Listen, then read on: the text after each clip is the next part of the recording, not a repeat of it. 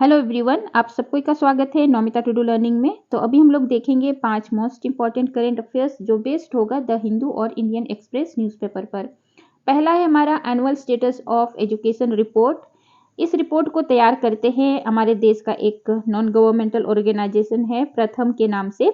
तो ये प्रथम एनजीओ जो है हमारे देश में ये annual status of education report को तैयार करते हैं। ये रिपोर्ट हमारे देश में बाई एनुअली रिपोर्ट पब्लिश्ड होता है। बाई एनुअली यानी साल में 2 बार, हर एक 6 महीना में ये annual status of education report published होते हैं। ये रिपोर्ट बहुत इंपॉर्टेंट है और इसका जो उद्देश्य होता है सर्वे करता है रूरल एजुकेशन सिस्टम को, गांव का ग्रामीण स्तर का जो शिक्षा का जो स्थिति है उसके बारे में ये सर्वे करते हैं। और इनका सर्वे जो होता है बहुत बड़े पैमाने में लोगों के पास जा करके सीधे बात करके जो है ये सर्वे करके रिपोर्ट तैयार करते हैं।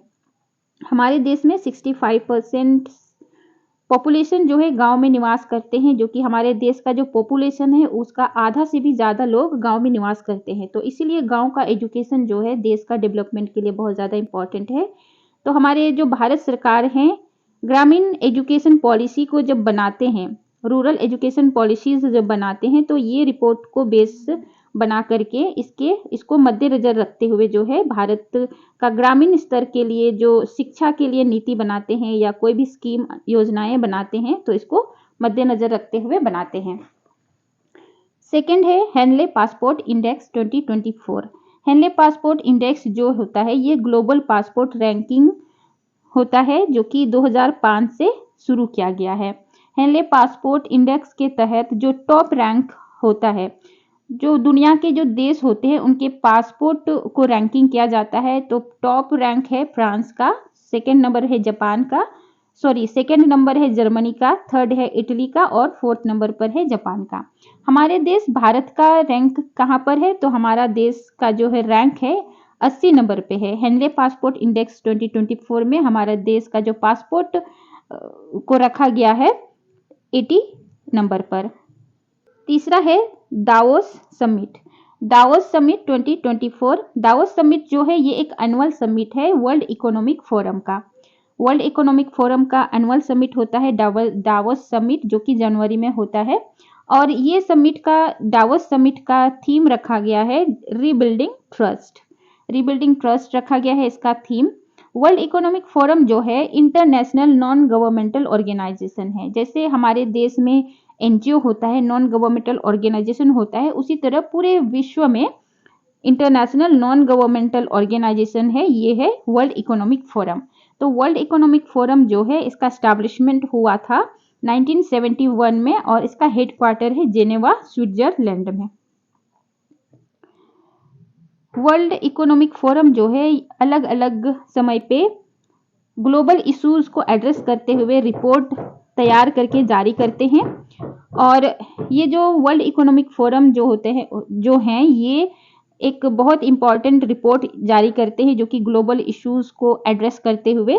तो energy transition, global competitiveness report, global IT information technology report, global gender gap report, global risk report, global travel and tourism report, ये 6 तरह के रिपोर्ट जो हैं वर्ल्ड इकोनॉमिक फोरम के द्वारा अलग अलग समय पे ग्लोबल इश्यूज को एड्रेस करते हुए रिपोर्ट जारी करते हैं। चौथा है नाटो। नाटो का फुल फॉर्म होता है नॉर्थ अटलांटिक ट्रीटी ऑर्गेनाइजेशन। ये जो नॉर्थ अटलांटिक ट्रीटी ऑर्गेनाइजेशन जो है ये यूरोपियन यूनियन का जो कंट्रीज है और नॉर्थ अमेरिका कंट्रीज है, ये सारे कंट्रीज मिलकर के एक ग्रुप बनाते हैं जिसको नाटो नाम से जाना जाता है, नॉर्थ अटलांटिक ट्रीटी ऑर्गेनाइजेशन। ये जो नाटो है ये एक इंटर गवर्नमेंटल मिलिट्री अलायंस है, यानी कई देश यानी यूरोपियन यूनियन के जो कंट्रीज है और अमेरिका, जैसे नॉर्थ अमेरिका में जो कनाडा और यूएसए है, ये सारे कंट्रीज जो मिल करके जो है एक मिलिट्री अलायंसेस बनाते हैं। जैसे अगर इन अलायंसेस नाटो कंट्रीज में से किसी एक कंट्री में जो है बाहरी अटैक होता है, युद्ध होता है, तो ये बाकी जितने भी कंट्रीज जो होते हैं इनके सपोर्ट में आते हैं और इसको सपोर्ट करते हैं, मिलिट्री सपोर्ट प्रोवाइड करते हैं ताकि जो दुश्मन कंट्री है उसके खिलाफ लड़ सके। तो ये जो नाटो है, नॉर्थ अटलांटिक ट्रीटी ऑर्गेनाइजेशन जो है, ये अभी न्यूज़ में क्यों था? न्यूज़ में इसीलिए था कि जैसे टर्की जो है नाटो के मेंबर हैं, लेकिन स्वीडन जो है अभी तक नाटो के मेंबर नहीं थे, लेकिन स्वीडन जो है नाटो के मेंबरशिप बनने के लिए इन्होंने नाटो से रिक्वेस्ट किया था, लेकिन टर्की जो है अभी तक इसके अगेंस्ट में थे। लेकिन अभी हाल फिलहाल में टर्की ने अप्रूव कर दिया कि स्वीडन जो है नाटो के मेंबर बन सकते हैं, तो इसीलिए अभी ये न्यूज़ में है। नाटो का फॉर्मेशन हुआ था, एस्टैब्लिशमेंट हुआ था 1949 में, और इसका हेडक्वार्टर जो है ब्रुसेल्स बेल्जियम में है। अगर इस कंट्रीज को, जो नाटो कंट्रीज है, इसको हम लोग मैप में देखें तो ये नॉर्थ अमेरिका का जो कंट्रीज है, कनाडा और यूएसए, और इधर है यूरोपियन यूनियन के कंट्रीज। हमारा पांचवा है टेनिस ग्रैंड स्लैम, जो कि अभी हाल फिलहाल में ऑस्ट्रेलिया ओपन हुआ 2024, जो कि जैनिक सिनर ने ग्रैंड स्लैम को जीत लिया। 2024 का ऑस्ट्रेलिया ओपन जीता गया जैनिक सिनर के द्वारा। और ये ग्रैंड स्लैम जो है अलग अलग समय पे 4 तरह के ग्रैंड स्लैम होते हैं: Australia open, French open, Wimbledon open और यूएस ओपन।